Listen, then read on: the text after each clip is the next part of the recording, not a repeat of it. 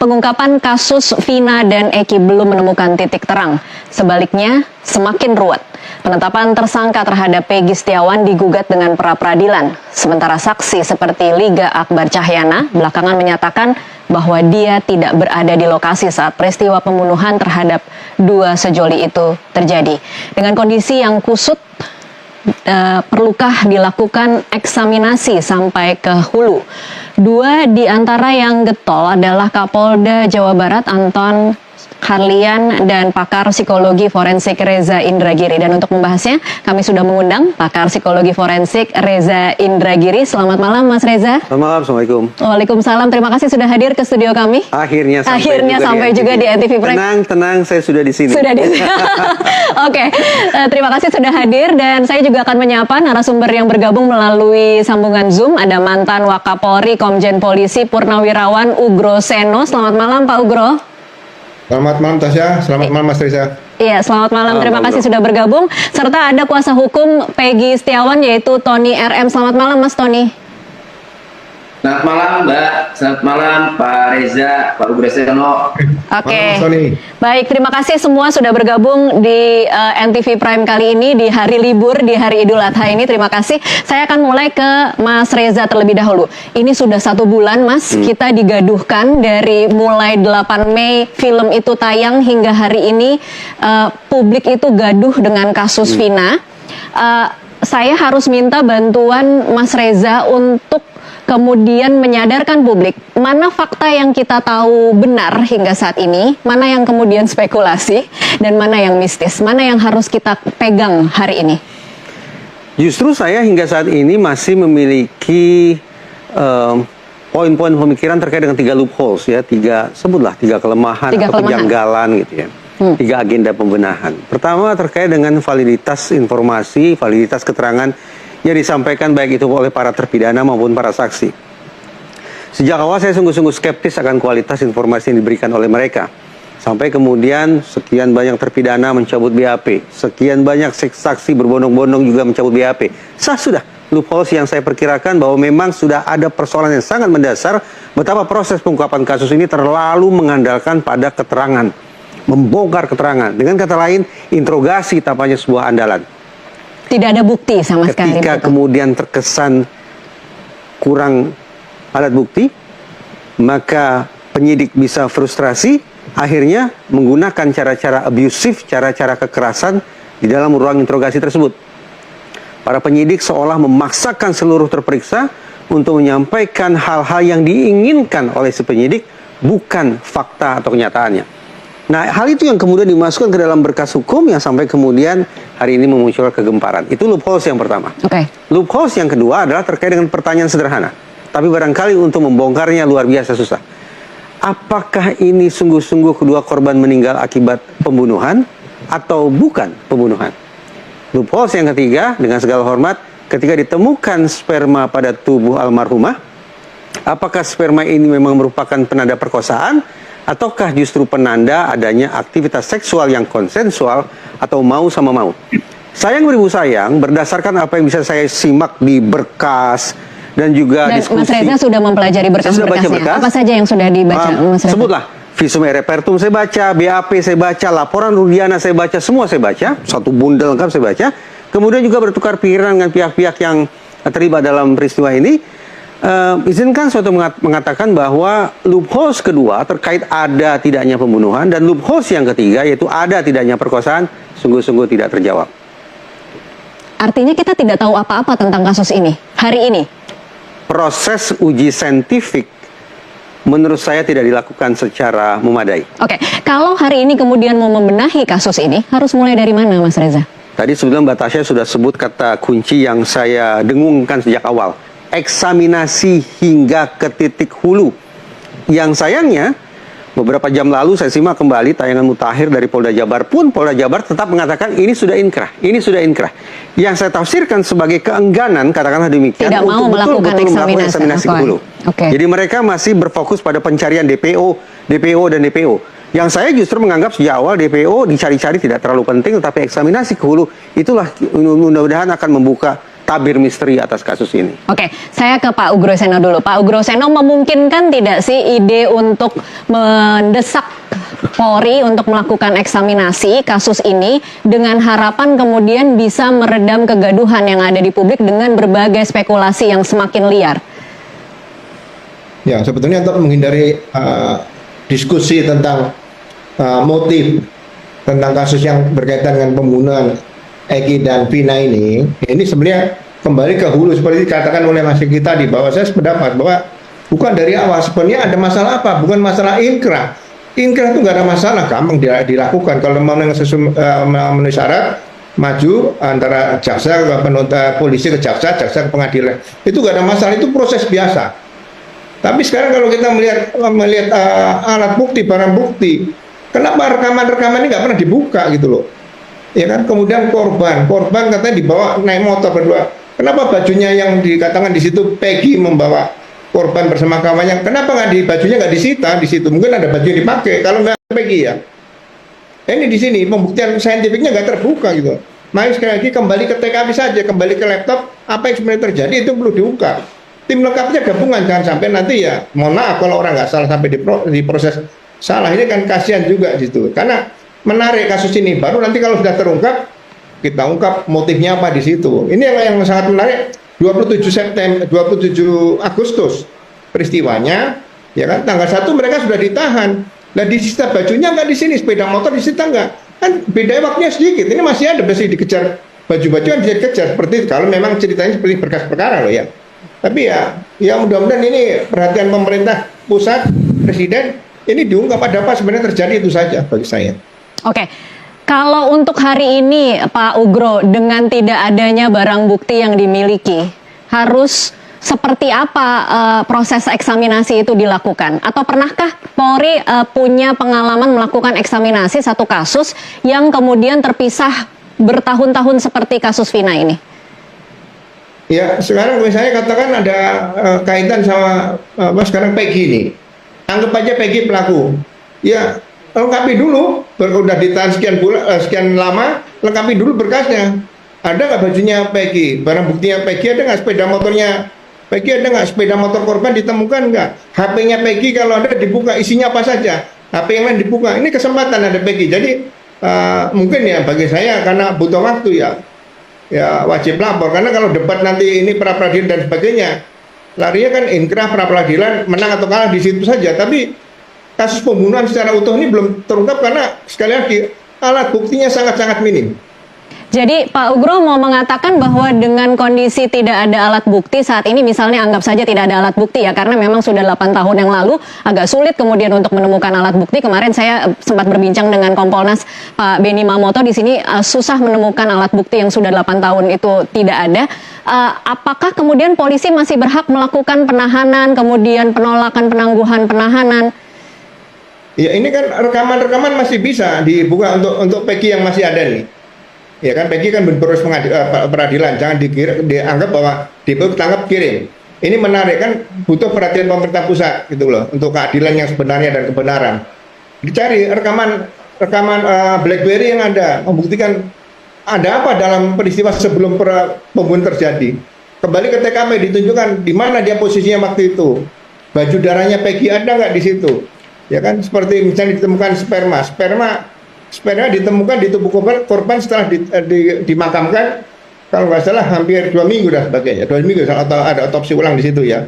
Nah ini menarik, dibuka semua, digelar internal Polri, mungkin dihadiri oleh Komisi Kepolisian Nasional, Komisi Kejaksaan, Komisi Yudisial, ya kan, di situ pengawas semuanya hadir, pakar-pakar forensik dari RSCM juga dihadirkan di situ. Udah didalami ada apa sebenarnya terjadi supaya benar-benar menghasilkan suatu peristiwa yang terjadi sebenar-benarnya itu saja. Baik, saya bergeser ke Mas Tony RM, kuasa hukum Peggy Setiawan. Mas Tony, apa kira-kira persiapan dari tim kuasa hukum yang katanya ada 22 pengacara, 7 hari lagi akan melakukan gugatan pra-peradilan?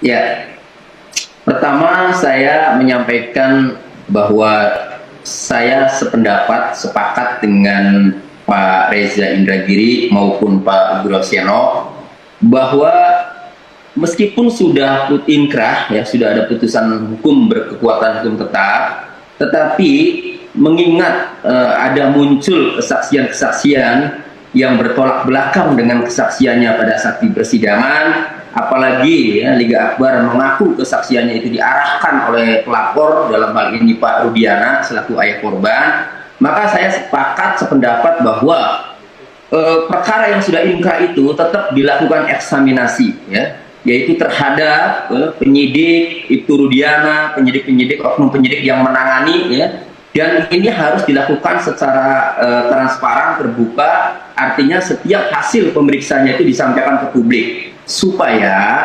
masyarakat kembali percaya lagi terhadap proses penegakan hukum dalam hal ini yang dilakukan oleh penyidik kepolisian. Itu pertama. Kemudian mengenai pra peradilan, memang kami tim penasihat hukum Peggy Setiawan sudah sangat siap, ya, menyiapkan alat bukti, ya, yang akan nanti bila diperlukan disampaikan di persidangan, ya. Namun yang paling penting adalah kami pra peradilan ini mempersoalkan penyidik, mempertanyakan kepada penyidik, ya, apa alat bukti yang dimiliki, ya, sehingga menetapkan klien kami sebagai tersangka. Karena kalau berdasarkan putusan pengadilan, taruhlah putusan pengadilan ini kita anggap benar sepanjang belum ada yang membuktikan sebaliknya. Berangkat dari putusan pengadilan, ya, itu tidak ada menyebut mengarah menunjuk ke arah Peggy Setiawan, tidak ada, ya. Baik dari ciri-ciri pelaku, ya, Peggy Setiawan, maupun dari sepeda motor yang digunakan Suzuki Smash, itu tidak ada.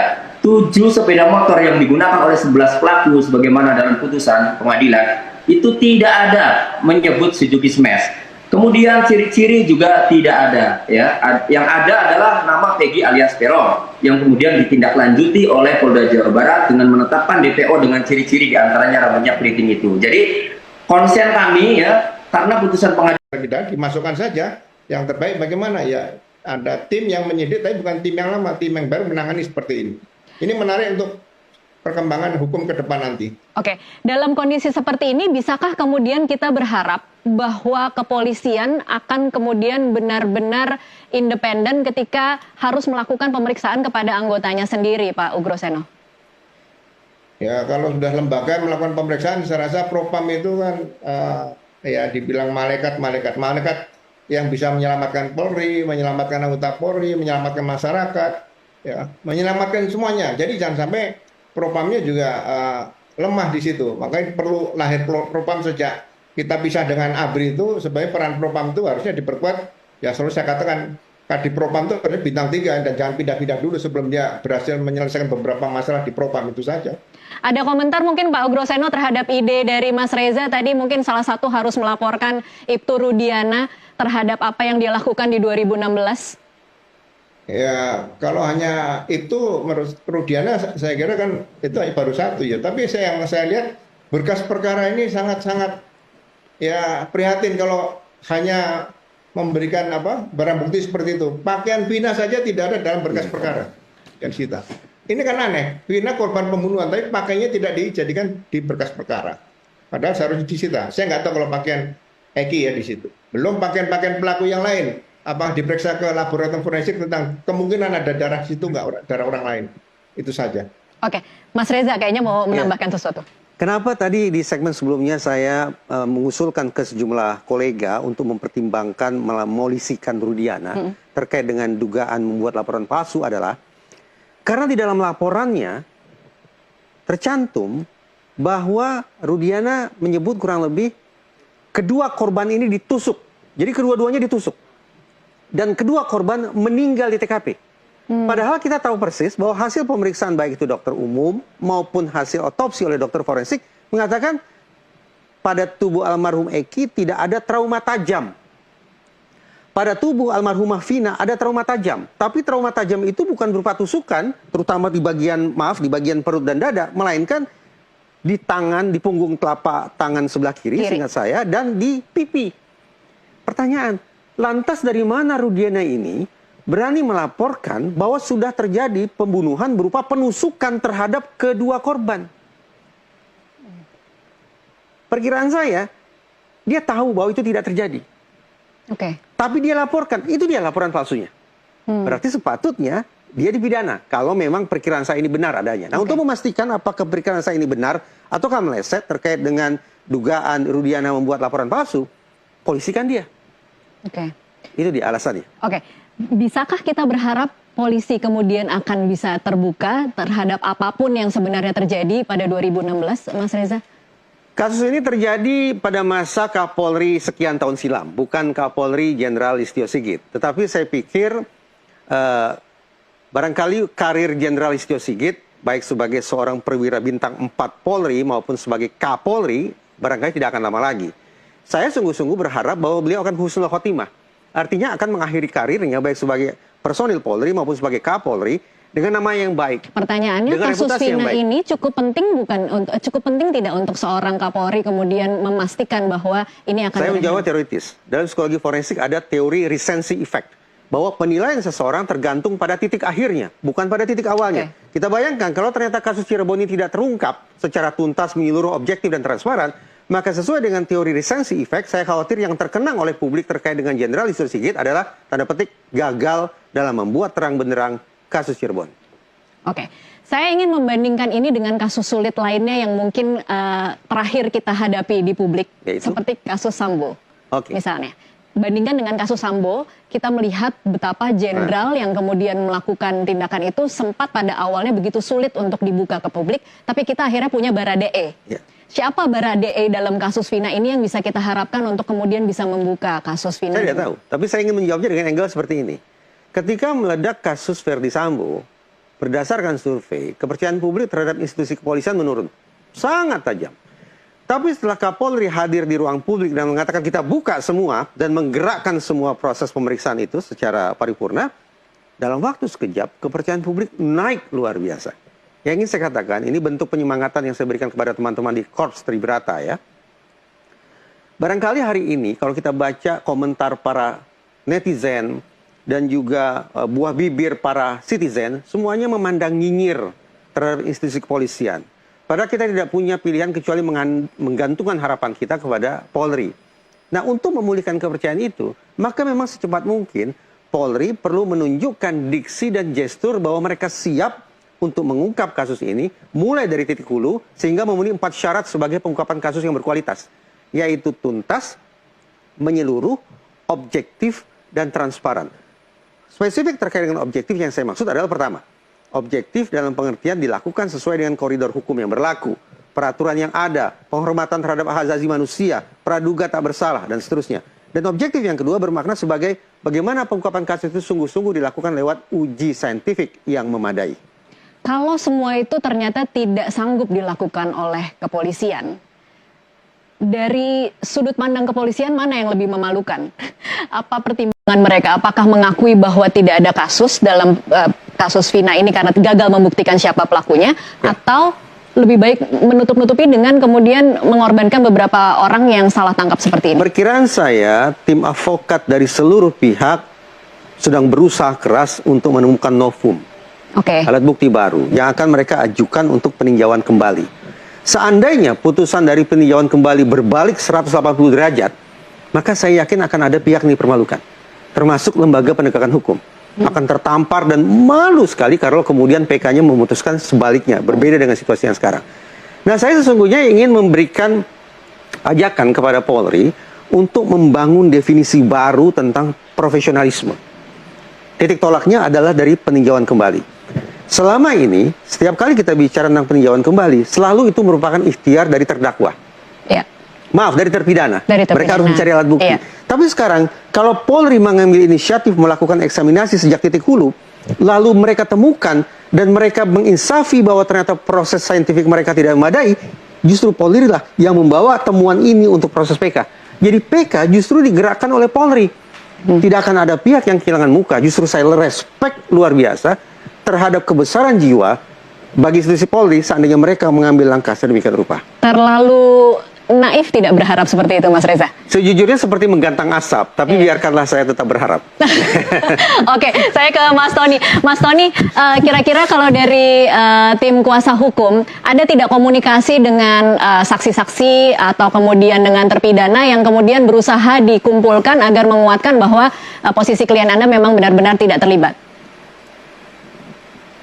Ya, saya ingin menjelaskan lebih dalam dulu mengenai ini kan dari hulu ya. Saya ingin memperdalam dari Pak Ugro-Seno ya. Saya lebih dalam lagi nih untuk membukanya.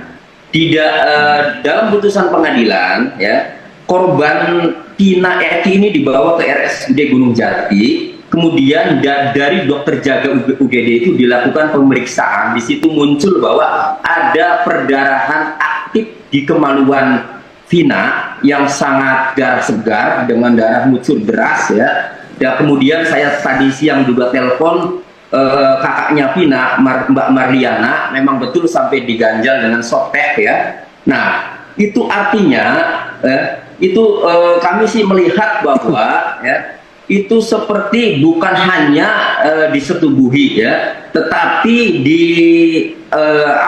ditusuk mungkin pakai kayu atau alat atau besi ya, benda keras ya, sehingga mengeluarkan darah. Nah, kalau seperti itu ya, berarti ini ada orang yang sangat dendam nih ya terhadap Vina ya, dan terhadap Eti juga ya. Kemudian dari hasil visum et repertum itu ada ditemukan sperma. Nah, tetapi ya di situ tidak ada di tes DNA ini sperma siapa. Sementara 7 orang ya yang dihukum itu ya itu semuanya dikenakan pasal persetubuhan melakukan kekerasan pemaksaan terhadap hubungan seksual terhadap anak ya. Tetapi itu sperma siapa tidak ada yang dites ya. Nah, kemudian Bapak mantan Kapolda juga Pak Anton Carlyan itu mengakui bahwa itulah kami ada kekurangannya tidak melakukan tes DNA dengan alasan waktu itu sangat mahal, satu sekali tes saja 2,5 juta katanya itu untuk satu orang, sementara harus berkali-kali dikali berapa orang kan itu. Nah, ini sangat-sangat bobrok ya, sangat-sangat minim sekali. Kok bisa kemudian diponis ya melakukan persetubuhan 7 orang itu ya, terkecuali Saka Tatal kan. Nah, kembali ke kemaluan yang keluar darah itu. Ini kembali ke motif ya. Nah, ini kelihatannya ya, kenapa penyidik tidak melakukan menelusuri dari motif ini? Kan kalau dipukul dengan kayu atau ditusuk dengan kayu kemaluannya, ini kan orang yang sangat dendam. Kenapa tidak menelusuri sampai ke sana? Untuk Peggy ya, atau untuk para terdakwa, para terpidana yang rata-rata kuli bangunan. Ini yang dihadapi ini Eti. Apakah mungkin mereka yang berani melawan anak polisi, berani ada motif apa? Karena harusnya diselidiki gitu kan. Nah, jadi ini dari awalnya saja ya memang penyidikannya ini asal-asalan. Saya menduga karena ada informasi dari AF, sekali ketangkap karena sudah ketangkap, kemudian malu untuk melepaskan, paksakanlah, akhirnya mengondisikan keterangan saksi-saksi supaya cocok. Itu. Baik, oke.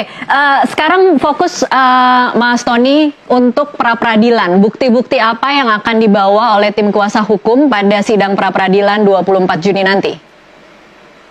Ya, kalau bukti-bukti ya sudah kami siapkan. Kalau memang dari posita yang kami ajukan ini kan bahwa Peggy Setiawan tidak terlibat dalam kasus tersebut, kami sudah menyiapkan saksi-saksi dan bukti-bukti dari akun media sosial, termasuk terakhir ada chat ya dalam inbox itu antara Peggy Setiawan dengan Dedek Kurniawan yang menyatakan bahwa memang pada saat kejadian itu berada di Bandung, sampai mempertanyakan kepada Dedek Kurniawan ada kejadian apa sih kan begitu. Nah, pasti kami sudah siapkan ya baik saksi-saksi maupun bukti-bukti lainnya. Cuma yang jauh lebih penting ya, kembali lagi pra-peradilan itu ya itu meminta kepada, kami mempersoalkan kepada penyidik ya agar